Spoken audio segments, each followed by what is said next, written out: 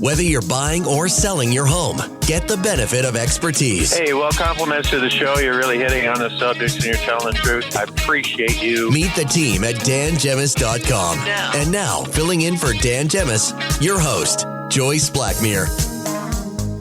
Thanks for tuning in, everybody. I'm Joyce Blackmere, Director of Sales and Broker with the Dan Gemus Real Estate Team. With me in studio, I have Cassie Baggio. Hello, Cassie. Hello, my friends. And on the phone, we have Monica Bunde, our home stager. Hi, Monica. How are you?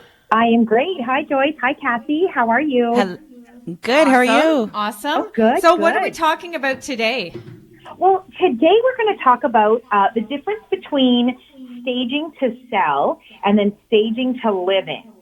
So, okay. It might sound like, oh, well, one you're going to live in your house and then one you're going to sell your house.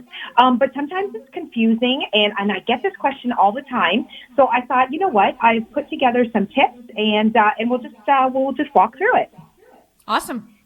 So if you're staging to sell your home, as far as personalization of the home, we like to keep the home or keep your space neutral, so that it appeals to, I don't want to say everybody, but appeals to the broad audience.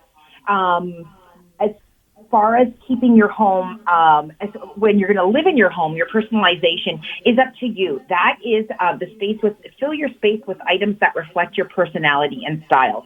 So when we're selling a home, we want everything to be neutral, but neutral doesn't have to be boring. And sometimes people put that together, and it's not. Just neutral so that everybody loves it. And when you're living in your home, your space is your own. And I always tell everybody, fill your home with things that you love, so that it reflects your personality and your style. So that's as far as personalization goes. So long-term comfort. So when you're selling your home, you have to prioritize creating a visually appealing first impression. So the first impression when you go into, like Kathy had her open house the other day, that first impression is so important. And we stage for that first impression. Everything has to, I want to use the term perfect, but it doesn't have to be perfect. It just has to be beautiful, where people envision themselves living there. But when you're talking about staging to live in, as far as long-term comfort goes, focus on functionality for your own lifestyle. Like what we put into a house that we're going to sell is completely different than what we put into a house that we're going to live in. Sure. Yeah. Flexibility in decor is the next thing. So when we're staging, we want to kind of stick to current design trends, keeping things neutral. Like I said before, not boring, just neutral. And that could go with your paint colors. You're going to use the grays, the beiges, the whites, and that's all to sell it. But when you're living in it, you have the freedom to experience with various decor. You can mix vintage with modern and metals with woods, and put your own personal touch on it. Like, for instance, my office is a dark purple. And I love it, and it's rich, and it just feels so good. But I would never suggest putting a dark purple into a home that we're going to sell. Sure, because I love it, but that doesn't mean anybody else is going to love it. And when we sell, we want it to be appealing to the masses. So that's as far as decor goes. Storage and organization. When we're selling a house, we stage it to emphasize decluttering, storage solutions, and how to really showcase the space so that everyone loves it. But when you're living in it, you want to balance your organization and accessibility for your daily needs. So, for instance, say in a foyer, the kids come home and they just drop all of their stuff. Actually, this one could work for both because we don't want anything dropped on the floor.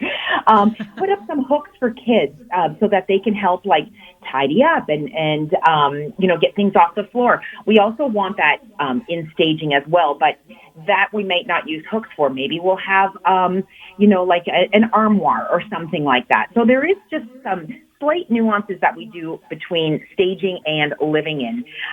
As far as maintenance goes for personal items, if we're going to sell a home, we want to remove the personal items. and we do this because we want people to see themselves in the home. So if they saw a whole family wall of, your mom and dad and grandparents, and then your wedding photos and high school photos, people get stuck on those, and then they don't see the actual things that they're going to be buying. So we try to remove personal items to create kind of like a blank canvas for the potential buyers. But if you're staging to live in it, oh my gosh, do the things that you love to do. I love a beautiful family wall. Just do the things that you love. Another thing that we do is a lot of pillows. Say in the bedroom on a bed, we put a ton of pillows.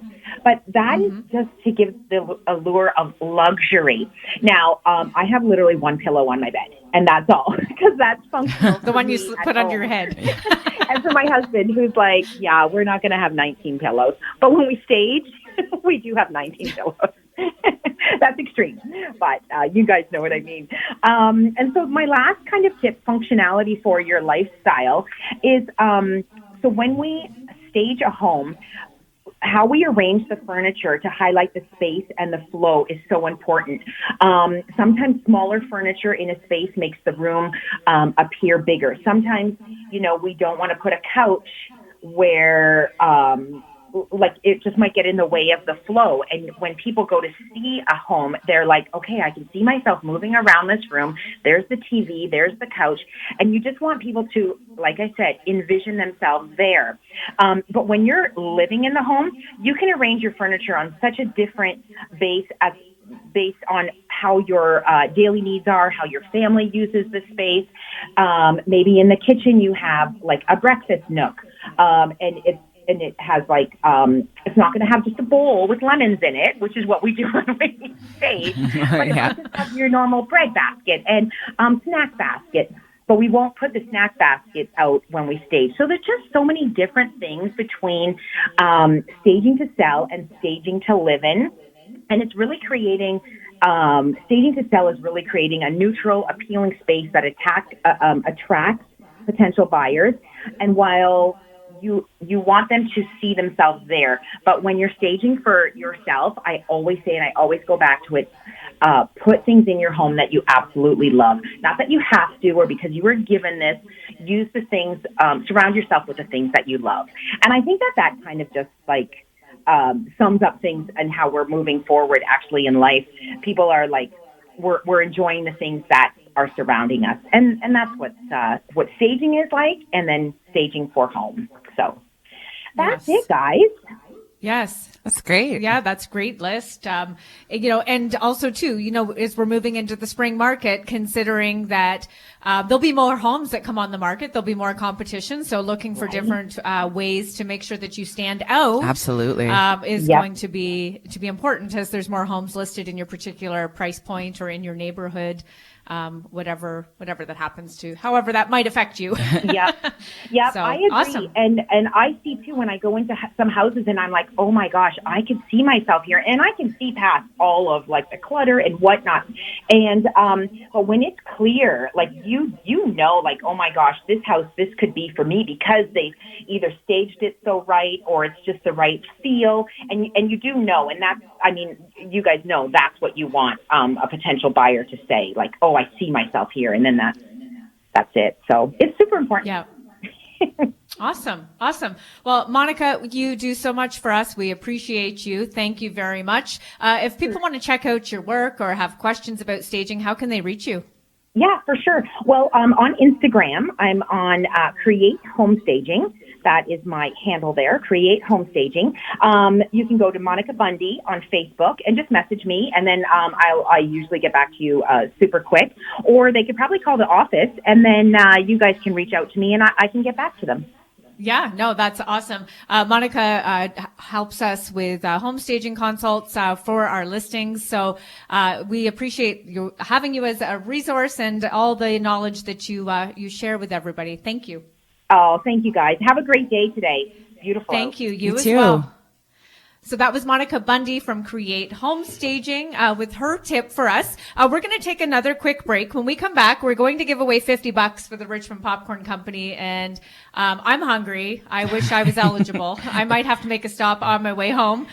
Regardless, the key word today is salty, S-A-L-T-Y. Salty. Text that word with your first and last name to 10800. This is your last chance. We'll do the draw as soon as we come back. There's still more to come here on the Dan Gemus Real Estate Show.